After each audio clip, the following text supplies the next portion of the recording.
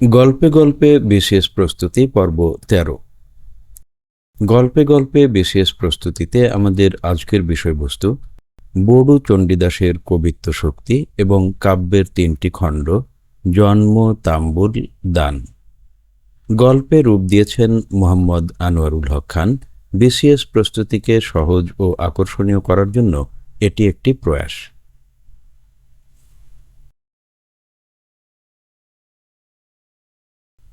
এই অধ্যায়ে আমরা যা শিখব: নাম্বার ১, বড়ু চণ্ডীদাসের কবিত্ব শক্তির বৈশিষ্ট্য এবং নাট্যগুণ।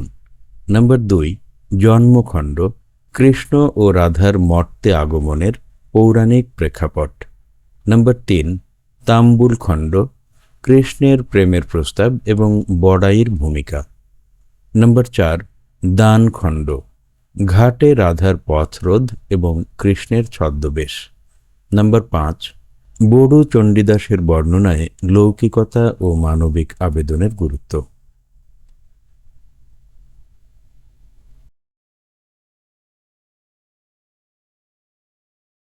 গল্পের ছলে মূল আলোচনা।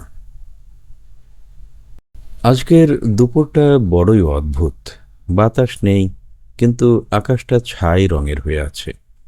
আশরাফ ভাই একটা পান চিবোচ্ছেন, তাঁর ঠোঁট দুটো লাল হয়ে আছে। তিনি খুব মনোযোগ দিয়ে একটা টিনের কৌটো থেকে চুন বের করছেন। আশরাফ ভাই বললেন, হিমেল, তুমি কি পান খাও? আমি মাথা নাড়লাম। জি না আশরাফ ভাই, পানের চেয়ে চা ভালো। আশরাফ ভাই আমার দিকে বড় বড় চোখ করে তাকালেন। পানেই তো আসল রস রে হিমেল। বাংলা সাহিত্যের এক মস্ত বড় প্রেমের ইতিহাস শুরু হয়েছিল এক খিলি পান দিয়ে। আজ আমরা বড়ু চণ্ডীদাসের তাম্বুল খণ্ড নিয়ে কথা বলবো। তবে তার আগে বলো, বড়ু চণ্ডীদাস কেন বড় কবি? আমি কাঁচুমাচু হয়ে বললাম, তিনি মধ্যযুগের প্রথম কবি বলে। আশরাফ ভাই পানের পিক ফেলে বললেন, তিনি বড় কবি কারণ তিনি ভগবানকে মর্তে নামিয়ে এনেছেন। তার হাতে কৃষ্ণ কোনো মন্দিরের বিগ্রহ নয়, বরং বৃন্দাবনের এক চঞ্চল কিশোর। তার কবিত্ব শক্তির মূল জায়গা হল নাটকীয়তা। তুমি যখন শ্রীকৃষ্ণ কীর্তন পড়বে, মনে হবে চোখের সামনে একটা যাত্রা চলছে। আজ আমরা এর প্রথম ৩টি গুরুত্বপূর্ণ খণ্ড নিয়ে আলোচনা করব। আমি ডায়েরিটা খুললাম। আশরাফ ভাই বলতে থাকলেন, প্রথমটা হলো জন্মখণ্ড। এখানে খুব সংক্ষেপে বলা হয়েছে, পৃথিবীতে কংস রাজার অত্যাচার বেড়ে গেছে। দেবতারা তখন ভগবান বিষ্ণুর কাছে গেলেন।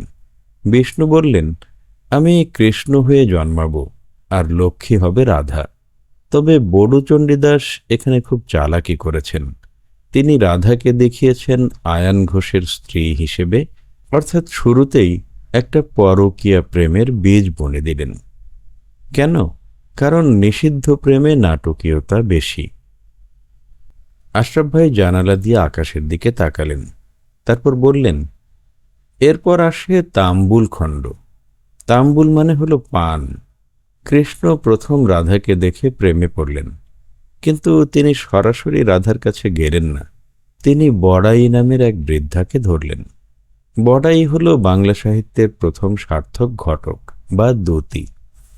কৃষ্ণ বড়াইয়ের হাতে এক খিলি পান, কর্পূর আর সুগন্ধি পাঠালেন রাধার কাছে। কিন্তু রাধা কি করলেন জানো? আমি কৌতূহলী হয়ে বললাম, কি করলেন? আশরাফ ভাই হাসলেন। রাধা সেই পান মাটিতে ফেলে পা দিয়ে মাড়িয়ে দিলেন। রাধা তখন অত্যন্ত অহংকারী আর সতীসাধ্যী নারী। বড়ু চণ্ডীদাস সেখানে রাধার যে তেজ দেখিয়েছেন, তা বাংলা সাহিত্যে বিরল। কৃষ্ণের মতো ভগবানকেও তিনি পাত্তাই দিলেন না।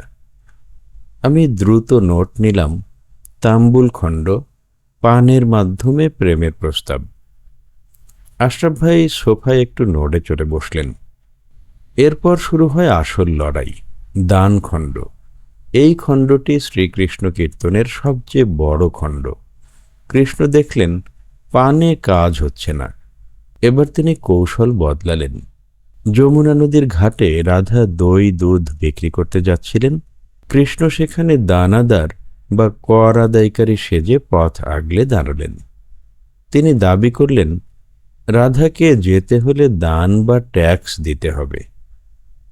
রাধা বললেন, কিসের দান? কৃষ্ণ তখন রাধার রূপের বর্ণনা দিলেন আর বললেন, এই রূপের জন্য রাজকর দিতে হবে।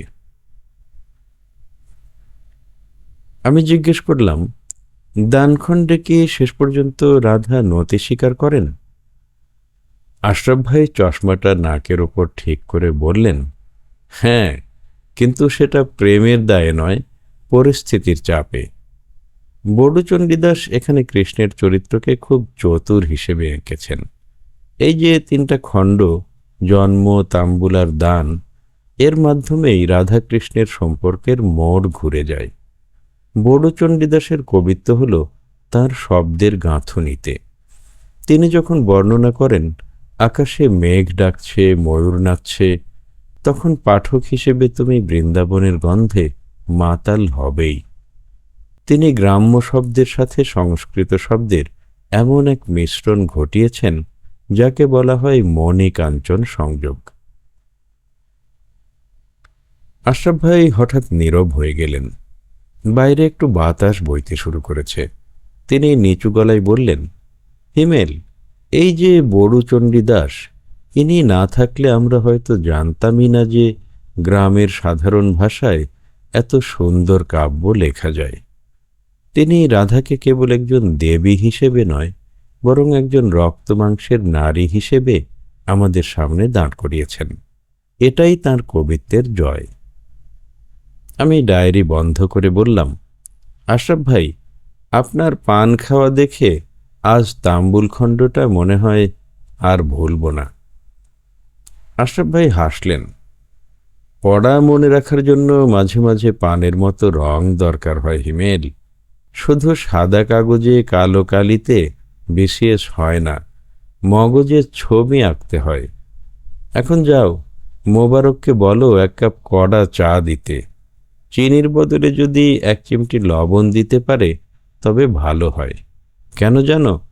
কারণ লবণের স্বাদ যেমন খাবারের গভীরে যায়, বড়ু চণ্ডীদাসের কাব্যও তেমন আমাদের হৃদয়ের গভীরে মিশে আছে। আমি উঠতে উঠতে ভাবলাম, 700 বছর আগেকার সেই পানের খিলি আর যমুনা নদীর ঘাটে কৃষ্ণের সেই ট্যাক্স আদায়ের গল্পটা আসলে আমাদের চিরকালীন মানব চরিত্রেরই এক আয়না।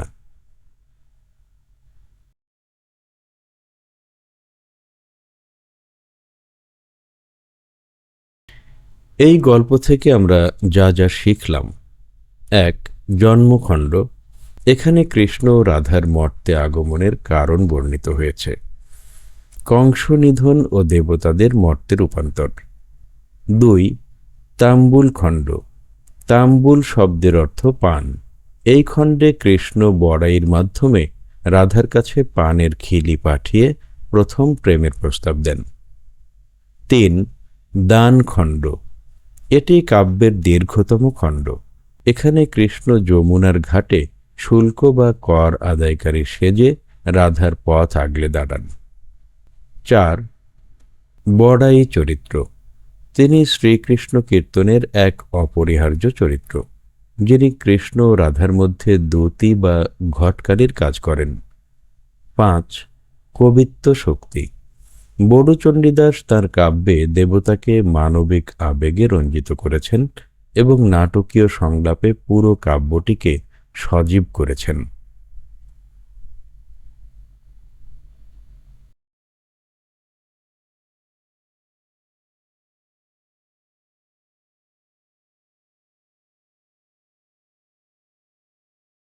ভালো প্রিপারেশনের জন্য আমাদের স্টোরি টেলিংগুলো একাধিকবার শুনুন।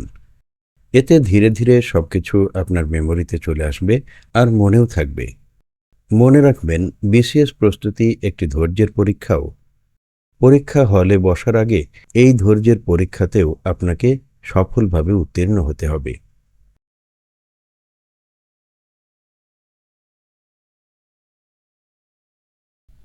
এমসিকিউ প্রশ্ন। প্রশ্ন: শ্রীকৃষ্ণ কীর্তন কাব্যের কোন খণ্ডে কৃষ্ণ বড়াইয়ের মাধ্যমে রাধার কাছে প্রেমের প্রস্তাব পাঠান? ক. জন্মখণ্ড, খ. দানখণ্ড, গ. তাম্বুলখণ্ড, ঘ. বংশীখণ্ড। উত্তরটি কমেন্টে লিখুন আর চ্যানেলটি সাবস্ক্রাইব করে আমাদের সাথেই থাকুন। বিসিএস ও সরকারি চাকুরির প্রস্তুতিতে আমাদের সাথেই থাকুন।